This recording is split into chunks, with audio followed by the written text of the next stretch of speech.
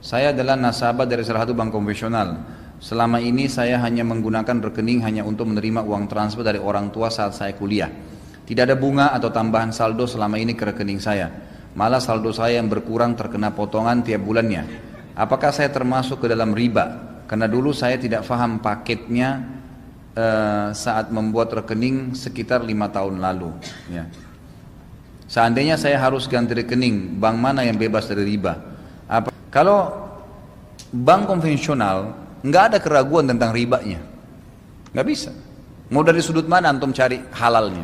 Bank riba, jelas sistem ribawi. Dan MUI juga Indonesia sudah mengeluarkan fatwa tentang riba. Tapi orang bebas saja, silahkan kalau anda mau tetap berjalankan. Yang jelas sudah diketahui hukumnya. Dan orang-orang bank konvensional pun tahu kalau ini adalah riba. Makanya mereka buat buat lagi divisi tentang syariah, bukan syariah lagi sendiri gitu kan. Saya waktu itu pernah haji beberapa tahun lalu dengan salah satu, kalau tidak salah pokoknya salah satu bank konvensional yang terbesar di Indonesia ya. Itu punya penghasilan banyak dan dia sempat datang dan hanya dia ngobrol sama beberapa jamaah tentang masalah perbankan dan saya sempat berikan masukan supaya dia hijrah minimal ke divisi syariahnya gitu. Terus pertanyaan saya gini, Pak, emangnya kalau syariah itu terpisah nggak sih modalnya? Sama-sama namanya, cuman beda syariah. Dia bilang beda, mutlak semua beda. Jadi tidak ada divisi kami yang syariah itu mengambil modal dari yang konvensional. Nggak ada, memang dimurnikan sendiri. Jadi ada investornya sendiri, mereka punya sistem sendiri, pengelolaan sendiri. Jadi nggak digabung walaupun induknya satu. Walaupun induknya satu. Allah alam. Ini yang dibahasakan ke saya sebab tidak tahu secara internal ya. Itu bahasanya.